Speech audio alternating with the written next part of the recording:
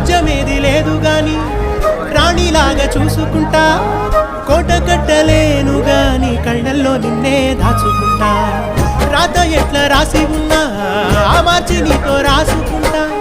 స్వర్గమంటూ ఉన్నదంటే అది నీతోనే ప్రతిరోజు పంచుకుంటా నిన్ను గన్న మీ నాన్న కన్నా లారు ముద్దుగా సాదుకుంటా నీకు కోపం వస్తే కొంత దూరం ఉంటా నువ్వు గీత గీస్తే నేను